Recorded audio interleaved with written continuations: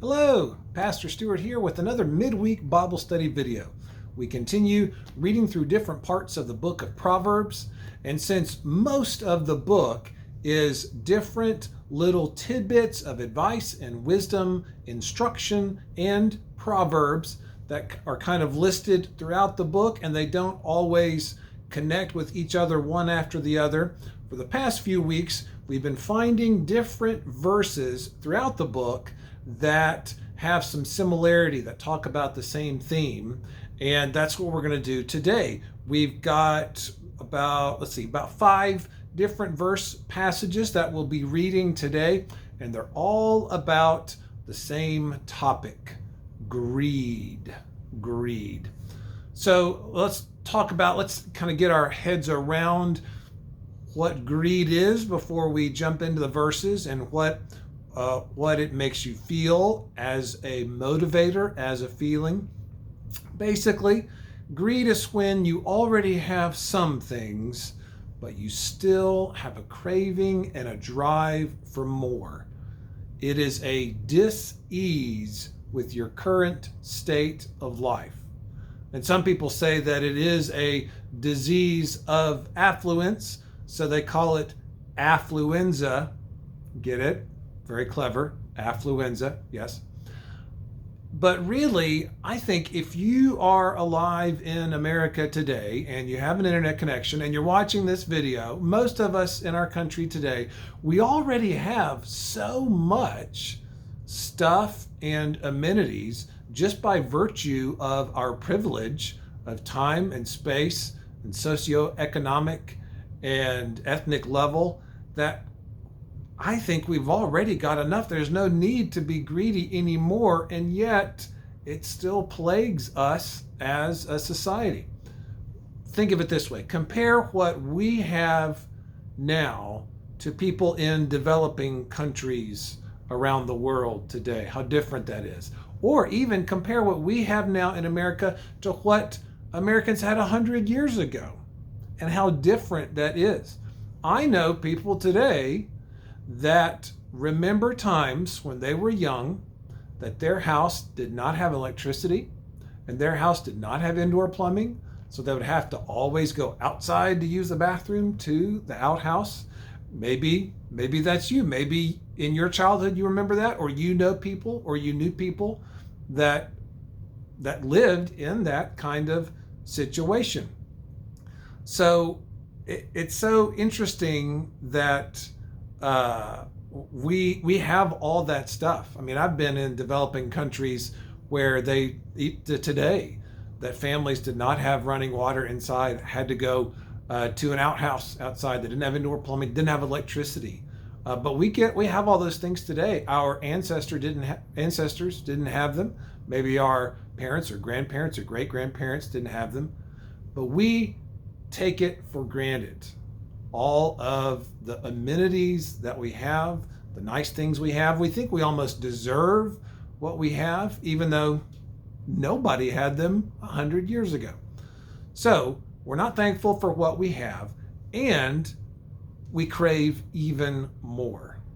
What makes it worse is that I think our culture really encourages those feelings and those cravings for more and more. Think of all the commercials that we see all the time, either on TV or billboards or on the radio. They say, oh, you should get this, you should buy more, you need this to be happy, you need to get this more stuff, these more things.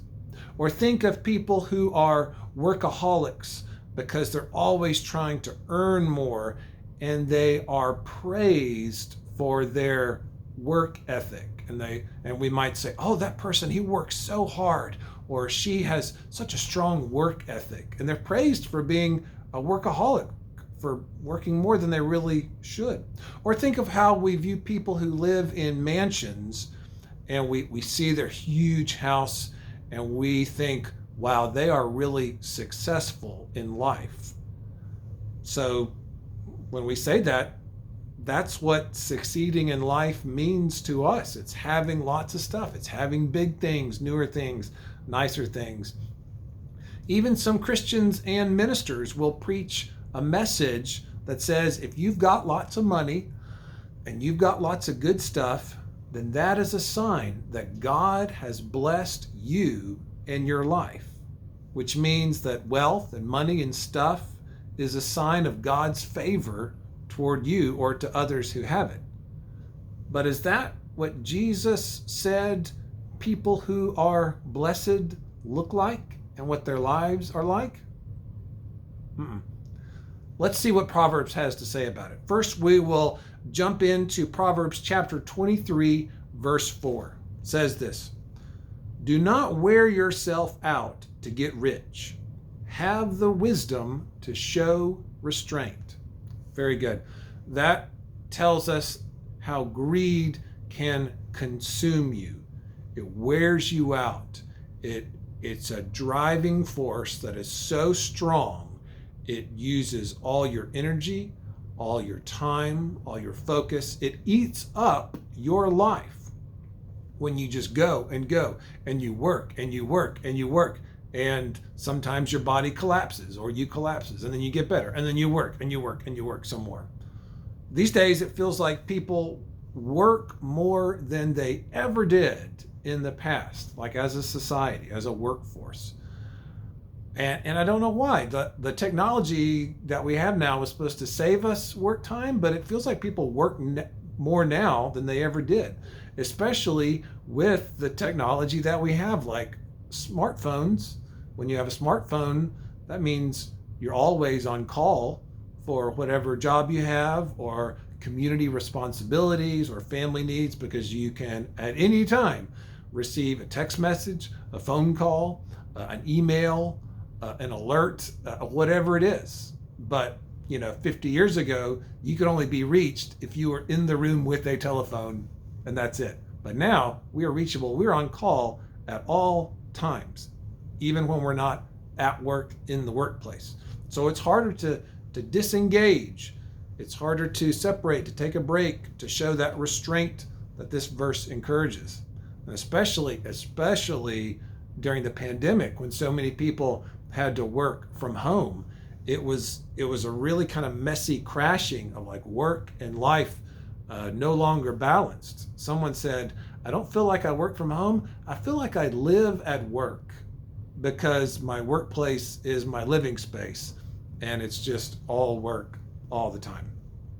So if you are always wanting to work to get more, then you can never really enjoy the moment that you're in. You can never just sit and just be still and enjoy where you are in life.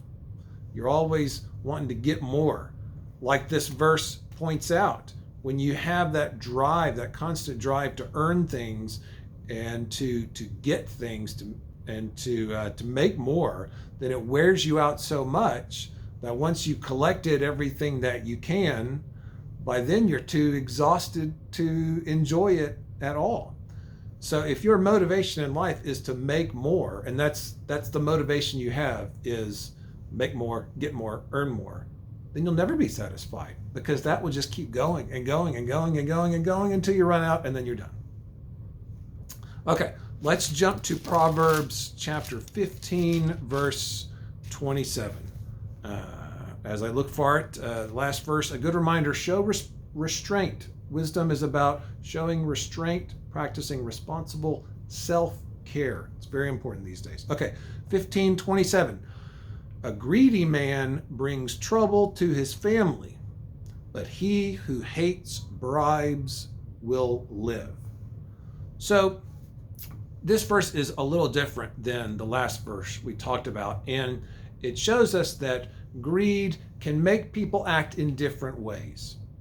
Some people, like in the previous verse, might be workaholics because they still have a good moral code, and they don't want to cheat or to lie, but they still want to earn as much as they possibly can. So they just work themselves at an unhealthy pace and level. But others, like in this verse, they express their greed not through working harder, but through dishonesty and shady business practices, like whatever it takes. If their craving to get more for themselves becomes too strong, then it can push themselves, it can push a person to act not just irresponsibly, but immorally. And then that has more repercussions when you have literally done something wrong or immoral. Because when you sin or you do wrong, it doesn't just affect you, it infects everyone around you. Like this verse said, bringing trouble to your family. Strong greed that leads to a lust for money and power, no matter what, makes you unable to notice, makes you blind to right from wrong. You can no longer distinguish. So you just keep doing wrong because your vision is blurred, it's poisoned your heart, and you can no longer acknowledge that that is not something you should be doing. And when that happens, then your family pays a price. It can be a different kind of price. Sometimes it's a literal legal price or legal cost, like if you've accepted a bribe, as this verse mentions, then there's some legal trouble. Or if you haven't paid the money you've borrowed, or you haven't paid the wages that you promised to pay, then you're going to get in trouble and you're going to get taken to court, and you'll have court costs because of how you've cheated others. There's a cost there. Even if like a person hasn't gotten caught yet, and even if their children and their family are making a lot of money too, if the greed is passed down to the children, then that means it has infected them as well. And it causes trouble for them in that way, whether it's legal trouble or moral trouble. Greed will always lead to bad consequences, whether inside the soul or outside, usually both. Okay, next verse, chapter 16, verse 8. Better a little with righteousness than much gain with injustice. I'll read that again. That's a good one. Better to have a little with righteousness than to have much gain through injustice.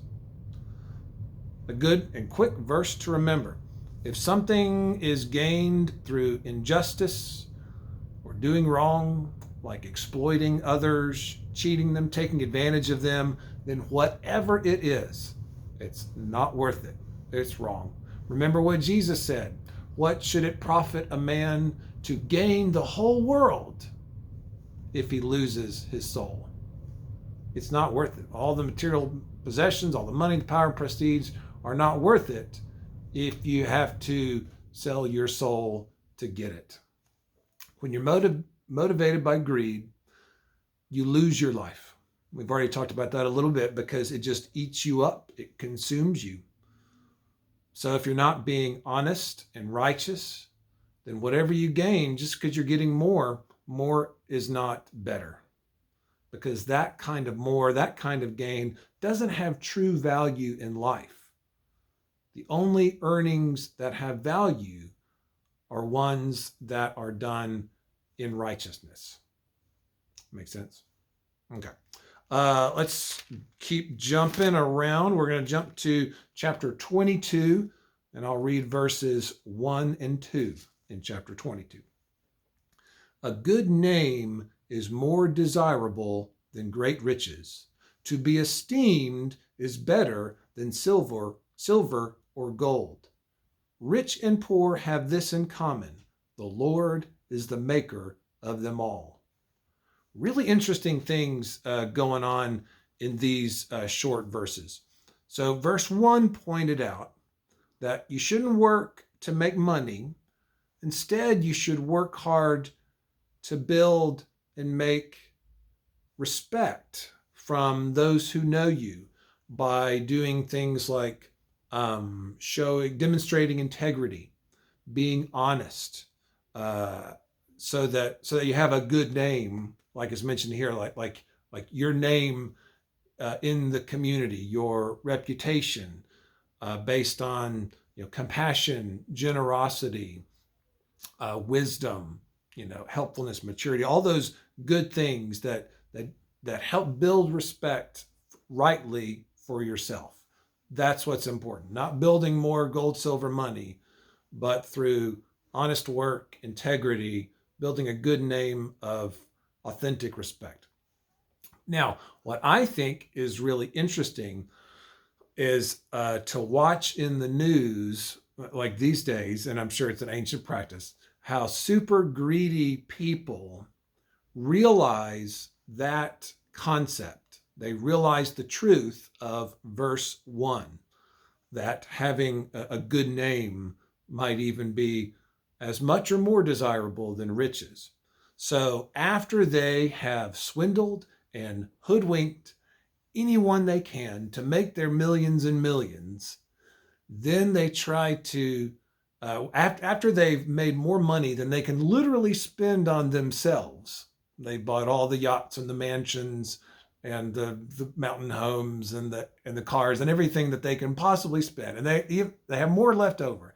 Then they start using that money to try to buy a good name, and they'll give it to charities or museums or colleges or stuff like that. And I heard a story exactly like that in the news just 2 weeks ago. It was about the family that runs the pharmaceutical company that developed the drugs like OxyContin and oxycodone that led to the opioid epidemic of the last 20 years, and how this family, they're called the Sackler family, they knew what the effects of these opioids were, but they still pushed them and marketed them to doctors and to people because they knew that if people got addicted, it would be more money, even though it leads to, these days, I think it's like 50,000 Americans overdose on opioids every year. So this Sackler family knew what was going on, but they wanted to build a good name, so they gave millions of dollars to like museums. They had their name put on like a wing of the art museum, in New York or in Paris or whatever, and in colleges, so that they can, look at all the great charitable work our family has done. But now that those organizations are realizing like what this family is really about, they're taking that name off of those of that wing in the museum and that building at the university, because you should not be allowed to buy your good name if the money you use was based on ill-gotten gains, as it were. And that does make me wonder, for those people who are motivated by what we call greed, and we kind of think of greed and we focus it on money, but maybe gaining the money is just a means to an end of having power and prestige and that kind of a name, and they think it's respect. They think that having fancy things are a part of being respected and having a good name and having prestige. Almost, if you think that way, it's like they're trying to increase their worth to earn more worth, almost to prove to the world what their worth is. It's almost like they think that people only matter if they've got lots of money and stuff. So if they make lots of money and get lots of stuff, they matter. And the only other people who matter are the ones who have a lot of money and a lot of stuff. But verse 2 that we just read said no.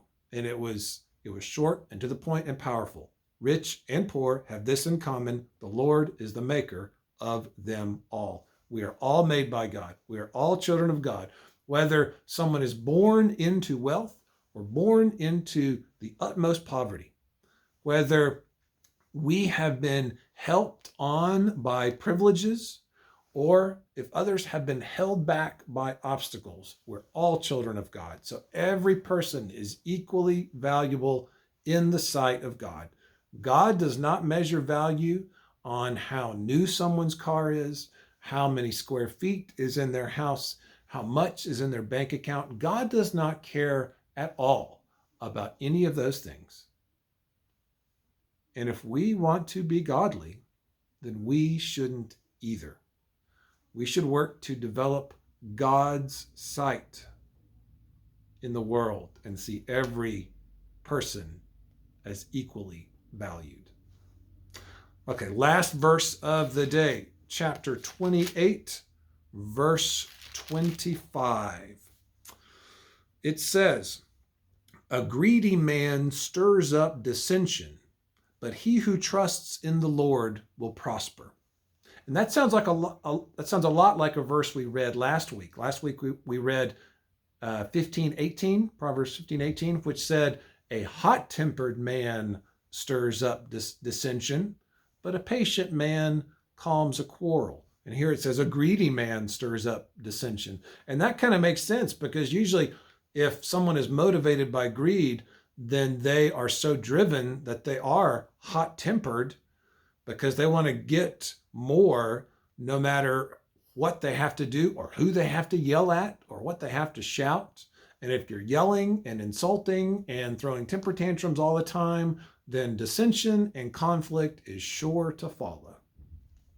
So this verse tells us that feelings and motivations of greed, at their core, they show a lack of trust in God. Greedy man stirs up dissension, but he who trusts in the Lord will prosper. And that makes sense too when we think about it. Because if you have utmost trust in God and God's love for you and God's care for you and in God's world and your place in it, then you're going to be content and you're going to have peace and you're going to know God loves you and you're going to have the hope of salvation through Jesus Christ our Lord for eternity, and you will experience that peace and abundant life starting now, and you won't need to be motivated by greed. You wouldn't have that drive to get more. But if you don't have that trust or that peace or that contentment, then no wonder you will always have that constant need to get more, and you'll never be satisfied, because you'll always think that you need more of whatever it is you're trying to get. And that feeling will never change. It will never go away, no matter how much they earn or buy or get. Even if a person has it all by the world's standards, you can't buy spiritual fulfillment and contentment. Only knowing and trusting in God's love for you and God's holding of our world and care for every person in it can you then find peace and be spiritually content. If all you want is you just want more, a person who just wants more no matter what, then they'll never ever be fulfilled. They'll always have that wanting. So this week, think about what you want in life. Think about what will bring you true joy, and seek out those things. Spend time and energy building up those things. And the things that are passing and temporary and will pass away, let them go. But look for what will give you true, deep, abiding joy, and build those things up this week. And trust in God's love and blessing and concern for your life. All right, that's it. We'll read more verses next week. See you then. Bye-bye.